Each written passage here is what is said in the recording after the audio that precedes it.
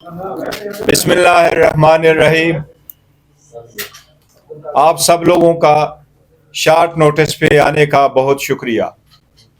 آج آپ لوگوں سے کچھ ضروری گزارشات کرنی ہے.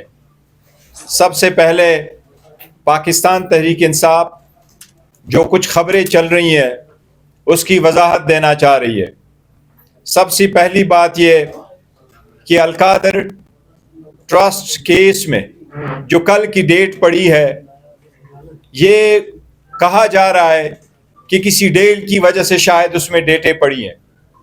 اس کا کیس ہم واضح طور پہ خان صاحب کل کہہ چکے ہیں کہ اگر خان صاحب جیل میں ہیں تو وہ کسی ڈیل کی نتیجے میں نہ باہر آئیں گے، نہ کسی ڈیل کی نتیجے میں اس کیس کا فیصلہ ڈیلے ہونا چاہیے. القادر ٹرسٹ ایک پولیٹیکل وکٹمائزیشن کی بیہودہ اور بیس لیس کیس ہے. خان صاحب کی ٹوٹل اس میں ٹرسٹی کی حیثیت ہے.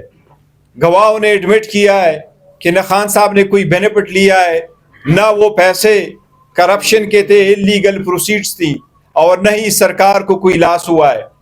ہم اس بات کی تردید کرتے ہیں کہ اس کی کسی بھی صورت ڈیل کا نتیجہ ہے.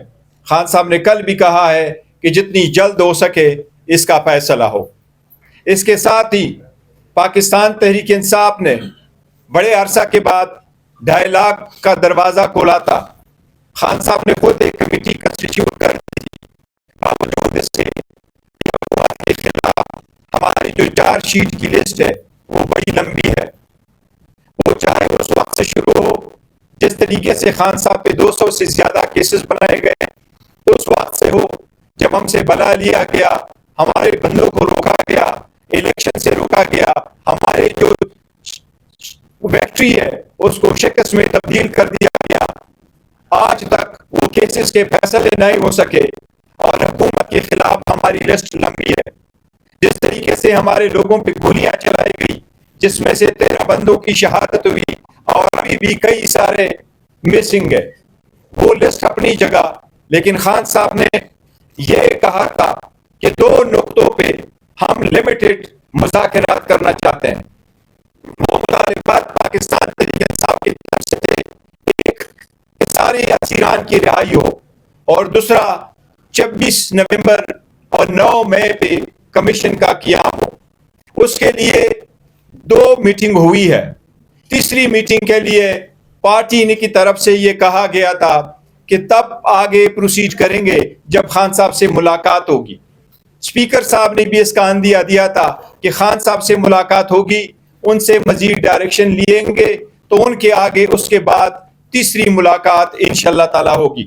اب تک ہمارے پاس کوئی اطلاع نہیں آئی ہے کہ کل کی کوئی میٹنگ خان صاحب کے ساتھ شیڈول ہے.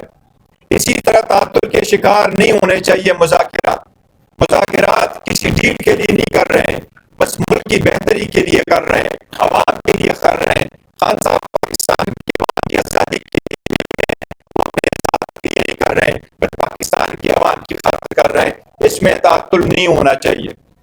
یہ کہنا کہ مطالبات ان رائٹنگ ہو یا اور لو، اس کی وجہ سے بھی اس میں تعطل کا شکار نہیں ہونا چاہیے. مذاکرات ہونے چاہیے اور مذاکرات کامیاب ہونے چاہیے. لیکن پہلے بھی واضح کر چکے ہیں یہ کمزوری نہیں ہے. پاکستان تحریک انصاف اپنے تحریک شروع کر چکی ہے، چلے گی. اور خان صاحب جس طرح سول ڈس اوبیڈینس کا اناؤنس کر چکے، وہ سول ڈس اوبیڈینس کی تحریک آج بھی انٹیکٹ ہے. اور خان صاحب کی پاکستان اوورسیز سے وہی ریکویسٹ کی تھی کہ اپنے ریمیٹنسز کو لمٹ کرے.